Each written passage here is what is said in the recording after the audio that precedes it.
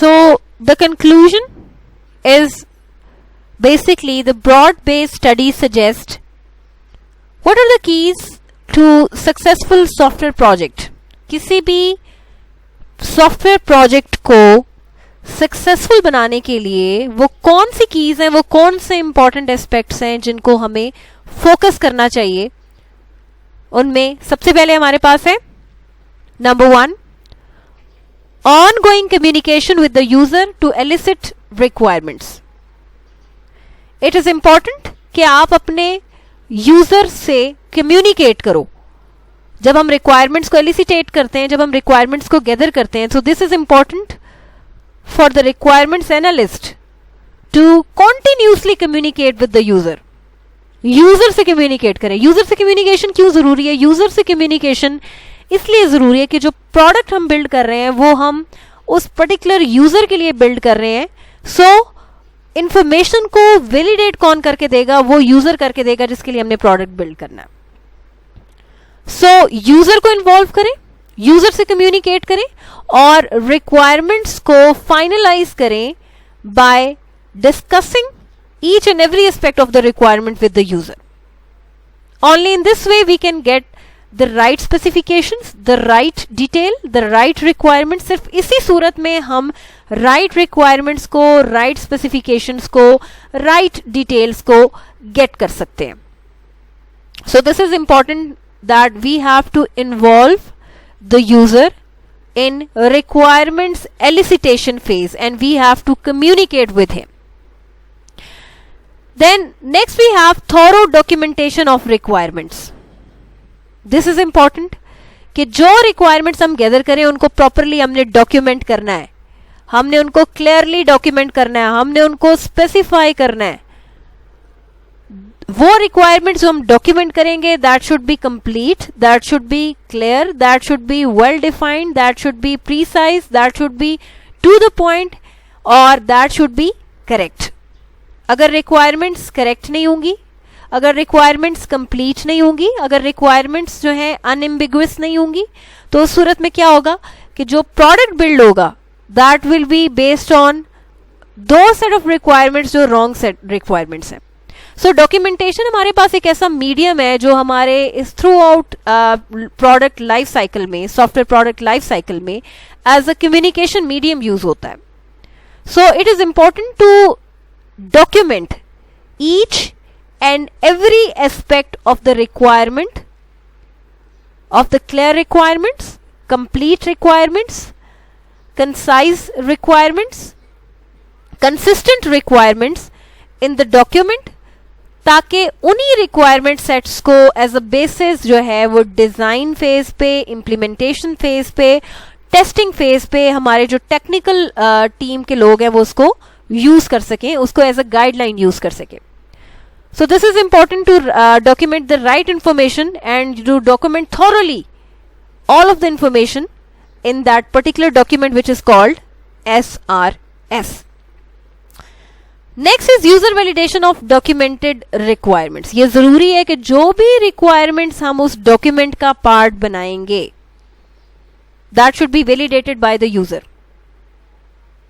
जो भी इंफॉर्मेशन हमने रिक्वायरमेंट्स की सूरत में यूजर से गैदर करनी है, फिर हमने उसको प्रॉपरली डॉक्यूमेंट करना है, फिर उस डॉक्यूमेंट को हमने यूजर से वैलिडेट कराना है. वैलिडेट किस तरह से कराना है? हमने रिक्वायरमेंट्स को लिस्ट डाउन किया, हमने उनकी डिटेल्स को लिस्ट डाउन किया, फिर हमने रिक्वायरमेंट्स डॉक्यूमेंट को, उसी डॉक्यूमेंट को यूजर को हैंड ओवर करना है. यूजर ने one by one thoroughly inspect करना है हर रिक्वायरमेंट को और ये बताना है कि whether that particular requirement is valid और invalid.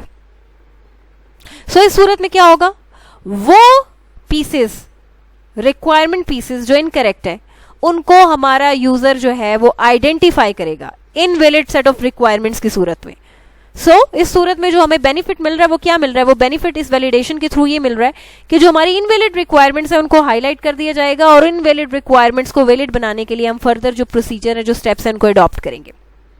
So this is important कि ना सिर्फ रिक्वायरमेंट्स की गैदरिंग में हमने यूजर को इन्वॉल्व करना है, यूजर से हेल्प लेनी है, बल्कि जो भी इंफॉर्मेशन हम लेंगे उसको थॉरली हमने डॉक्यूमेंट करना है रिक्वायरमेंट्स को हमने डॉक्यूमेंट करना है, क्योंकि वो document as a medium use हो रहा है, कम्युनिकेशन मीडियम यूज हो रहा है हमारी डेवलपमेंट टीम के दरमियान। फिर उसी डॉक्यूमेंट को हमने वैलिडेट भी कराना है, ये देखने के लिए कि आया जो रिक्वायरमेंट्स हमने हाईलाइट की, जो रिक्वायरमेंट्स हमने डॉक्यूमेंट का पार्ट बनाई, क्या वो करेक्ट रिक्वायरमेंट्स हैं या नहीं है। Then we have maintenance of requirements as they change. अब वो रिक्वायरमेंट्स जिनको यूजर ने हाईलाइट किया है कि they are the invalid requirements, अब हमने उनको ऐसे नहीं छोड़ना, अब हमने उन इनवैलिड रिक्वायरमेंट्स को वैलिड रिक्वायरमेंट्स बनाने के लिए we have to make a lot of changes. Those type of changes is called basically maintenance. अब वो करेक्टिव मेंटेनेंस है, एरर्स को रिक्वायरमेंट्स में करेक्ट करने के लिए जो चेंजेस हम करेंगे that is called maintenance of requirements, so that should be appropriate. ये जो मेंटेनेंस है, ये जो चेंज है, ये यूजर की मर्जी के मुताबिक होना चाहिए। यूजर से डिस्कस करके हमने अपनी इनवैलिड रिक्वायरमेंट्स को वैलिड बनाना है, सो दैट उनकी बेसिस पे जो सिस्टम बने वो एक कंप्लीट और करेक्ट सॉफ्टवेयर सिस्टम हो।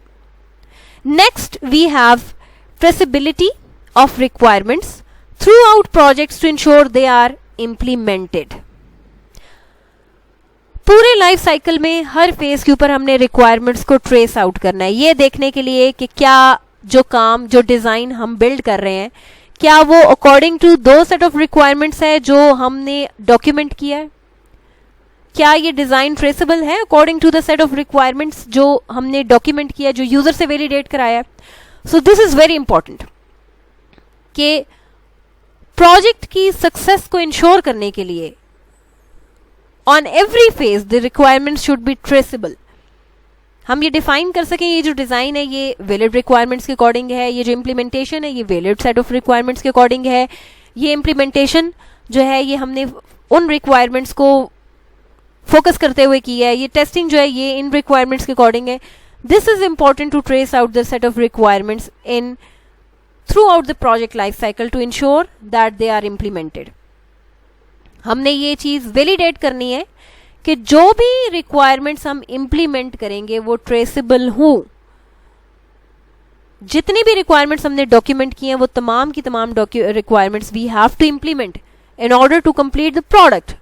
सो सॉफ्टवेयर प्रोजेक्ट्स को सक्सेसफुल बनाने के लिए हमें स्टडीज ये सजेस्ट करती है कि अगर हम फेलियर को मिनिमाइज करना चाहते हैं या फेलियर को रिड्यूस करना चाहते हैं या फेलियर को ख़त्म करना चाहते हैं प्रोजेक्ट से, तो हमें सबसे पहले तो रिक्वायरमेंट्स गैदरिंग में, एलिसिटेशन में यूज़र को इन्वॉल्व करना है।